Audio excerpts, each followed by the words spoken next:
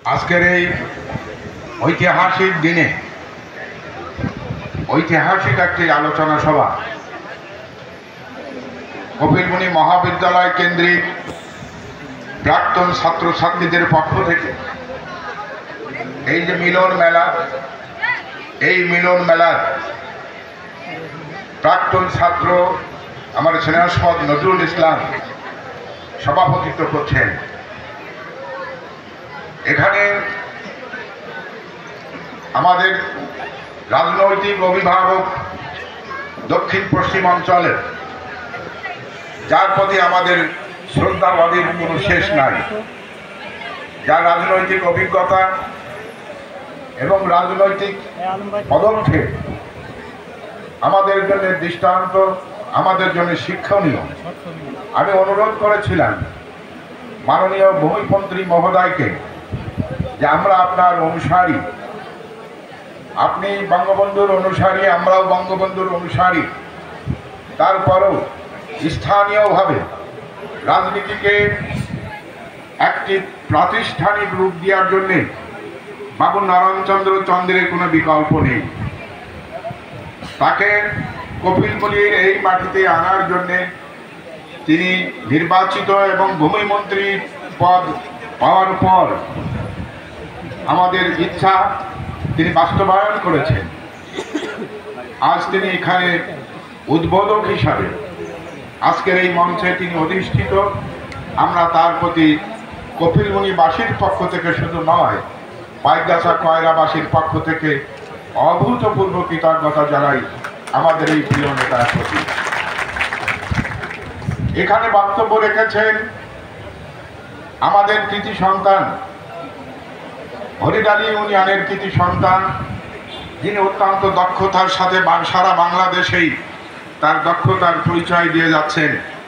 বাণিজ্য মন্ত্রীর মতো, বাণিজ্য মন্ত্রণালয়ের মতো একটি কঠিন মন্ত্রণালয়, যা বাংলাদেশটাকে দিক নির্দেশনা দেয়, সেই মন্ত্রণালয়ের সিনিয়র সচিব, যার দক্ষতা দিয়েই তিনি মাননীয় প্রধানমন্ত্রীর দৃষ্টি আকর্ষণ করেছেন। এতক্ষণ বক্তব্য রেখেছেন বাবু তপন কান্তি ঘোষ, বক্তব্য রেখেছেন ডক্টর মনোরঞ্জন ঘোষাল। এই বাংলাদেশ বিনির্মাণে যিনি জীবনের ঝুঁকি নিয়ে যুদ্ধে অংশগ্রহণ করেছিলেন, যিনি সুরেলা কণ্ঠে এখনো মানুষের শরীরের মধ্যে রক্তে রক্তে বাজনা বাজাতে পারেন, সেই জাদুকর, কথার জাদুকর আজ এখানে উপস্থিত। আমরা কপিলমুনির পক্ষ থেকে ধন্যবাদ জানাই। যারা এই অনুষ্ঠানের আয়োজন করেছেন তার মধ্যে আমার অত্যন্ত প্রিয় ভাজন, অত্যন্ত প্রিয় ছোট ভাই নিখিল চন্দ্র ভদ্র এবং তার সঙ্গে আরো অনেকেই। নিখিল ভদ্রের প্রতি দুর্বলতা তো আমার অনেক আগে থেকে, সে একটি সৃষ্টিশীল যুবক, তারুণ্যের প্রতীক। ভগবান তাকে কেন একটি পা কেড়ে নিয়েছেন আমার জানতে ইচ্ছে করে। যদি ভগবানকে সামনে পাইতাম, জিজ্ঞাসা করতাম কোন অপরাধে এই যুবককে খণ্ডিত করে দিলেন, সে কথা বলবার কোনো সুযোগ নাই। সেই তার একটি পা নিয়েই যে অসাধ্য কর্মগুলো সাধন করে যান, আমরা তার প্রতি কৃতজ্ঞতা জানাই।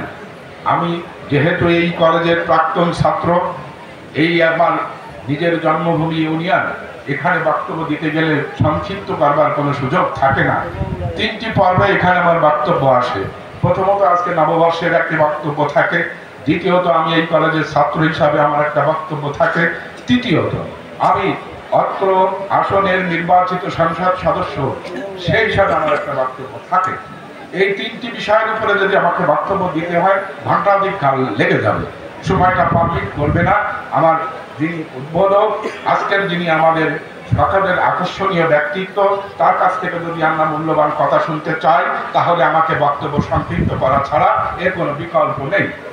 এ কারণেই আপনাদের কাছে ক্ষমা চেয়ে নিই। আমি শুধু আমাদের প্রিয় নেতার কাছে কিছু বক্তব্য উত্থাপন করতে চাই, আমাদের সিনিয়র সচিব মহোদয়ের কাছে দু একটি বক্তব্য উপস্থাপন করে আপাতত আমি আমার কথা শেষ করব।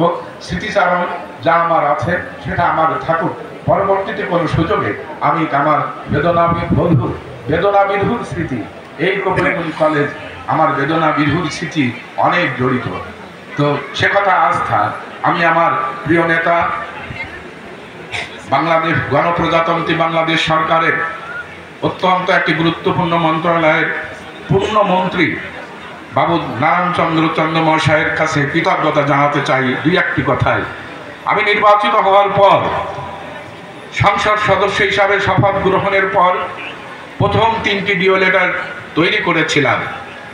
এই 3টি ডিও লেটার একটি ছিল পাইকগাছার একটি জনগুরুত্বপূর্ণ বিষয়ের উপরে, সেটা হলো বাস স্ট্যান্ড। পাইকগাছাতে বাস স্ট্যান্ড অত্যন্ত জরুরি। বাস স্ট্যান্ড না থাকায় যাত্রী সাধারণের এবং সাধারণ চলাচলের মারাত্মক বিঘ্ন ঘটে। সে কারণে ওইটার উপরে একটি ডিও লেটার দিয়েছিলাম।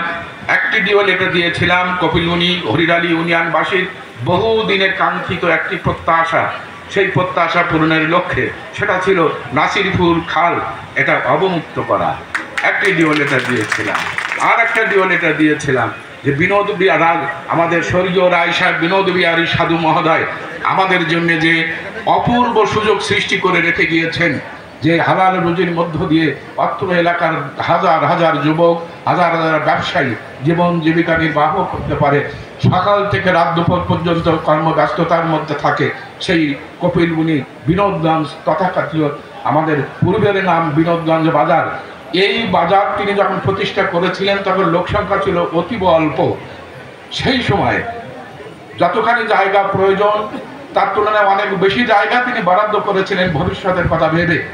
কিন্তু আজকের যে জনসংখ্যা দাঁড়িয়েছে সেটা রায় সাহেব বিনোদ বিহারী সাধু ওই সময় ভাবতে পেরেছিলেন নিশ্চয়ই, কিন্তু সংকুলান হয়তো ছিল না ততখানি জমি দেয়া।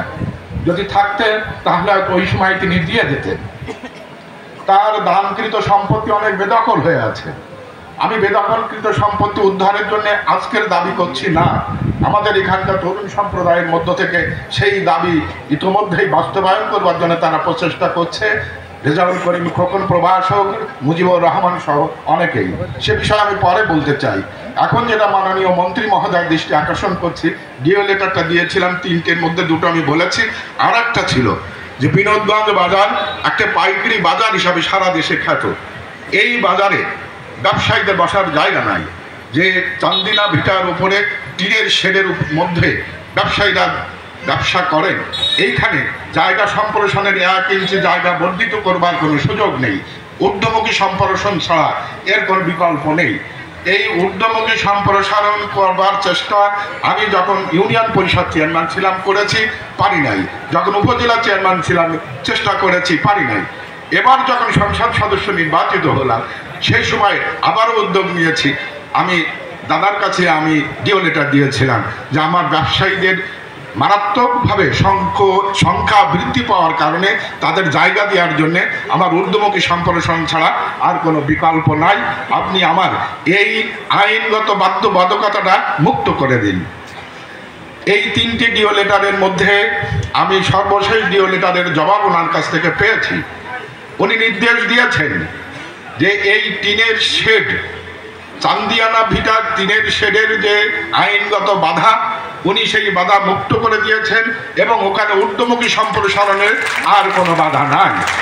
আমি আমার নির্বাহী কর্মকর্তা মহোদয়ের কাছে ইতিমধ্যেই বলেছি যে আমাদের নিজস্ব অর্থায়নেই এই মুহূর্তে এই বছর থেকেই আমাদের ঊর্ধ্বমুখী সম্প্রসারণের বিল্ডিং তৈরি করে দিন।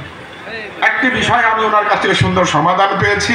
আমরা অত্র বাজারের পক্ষ থেকে এই বাজারে ব্যবসা করে শুধুমাত্র কপিলমুনি হরিডালি নয়, এখানে দাকু, বটিয়াঘাটা, ডুমুরিয়ার একটি অংশ, তালার একটি অংশ এইখানে এই বাজারে ব্যবসা করে সুন্দরভাবে তারা জীবন জীবিকা পালন করতে পারে। এটা একটা সমাধান। দ্বিতীয় সমাধানটা আমাদের খুবই জরুরি দরকার। নাসিরপুরের খাল, এই খাল একটা ঐতিহাসিক খাল। এই খাল দিয়ে নৌকা যোগে ডুমুরিয়া, ডাকু, বটিয়াঘাটা থেকে লোক আসতো। সেই নাসিরপুরের সুইচ গেটে ওইখান থেকে একটা নৌকা মানে বহর দিয়ে নৌকা আসতো। আজকে সে খাল অনেকটা ভরাট হয়ে গিয়েছে। এই খাল দুটোই ইউনিয়নকে ভেদ করে সারিয়া নদী থেকে কপোতাক্ষ নদী পর্যন্ত চলে গিয়েছে। কপোতাক্ষ নদীর সঙ্গে যে সংযোগ স্থলটি ছিল সেই সংযোগ স্থলটি আর নাই, সেখানে ভরাট হয়ে গিয়েছে। আমি মাননীয় মন্ত্রী মহোদয়ের দৃষ্টি আকর্ষণ করব যে এই খালটা মুক্ত করে দিন, ইজারা মুক্ত করে দিন। যদি সরকারের রাজস্ব প্রয়োজন হয় আমরা অন্যভাবে রাজস্ব আপনাকে যোগাই দেওয়ার চেষ্টা করব। সেটা হলো যদি ব্যক্তিগতভাবেও আমাদেরকে এই রাজস্ব যোগান দিতে হয়, আমরা সেটা যোগান দিতেও প্রস্তুত, কিন্তু খালটা আমাদের অবমুক্ত করা দরকার। এই কারণে সময়ের দাবি কি, লবণ পানির পরিবর্তে আমরা ফসলের মুখ দেখতে চাই। এই এলাকায় আপনি তো জানেন, আপনার নিজের এলাকা একসময় লবণ পানিতে ডুবান্ত ছিল, আপনারা সেটা নিজেদের কর্তৃত্বের নিজেদের নেতৃত্বের কারণে সেটা মুক্ত করে নিয়ে সুজলা সুফলা এলাকা গড়ে তুলতে পেরেছেন।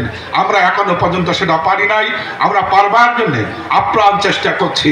তার জন্যে প্রথমেই দরকার কৃষকদের একটি বিকল্প রাস্তা, ফসলের রাস্তা খুলে দিতে হবে।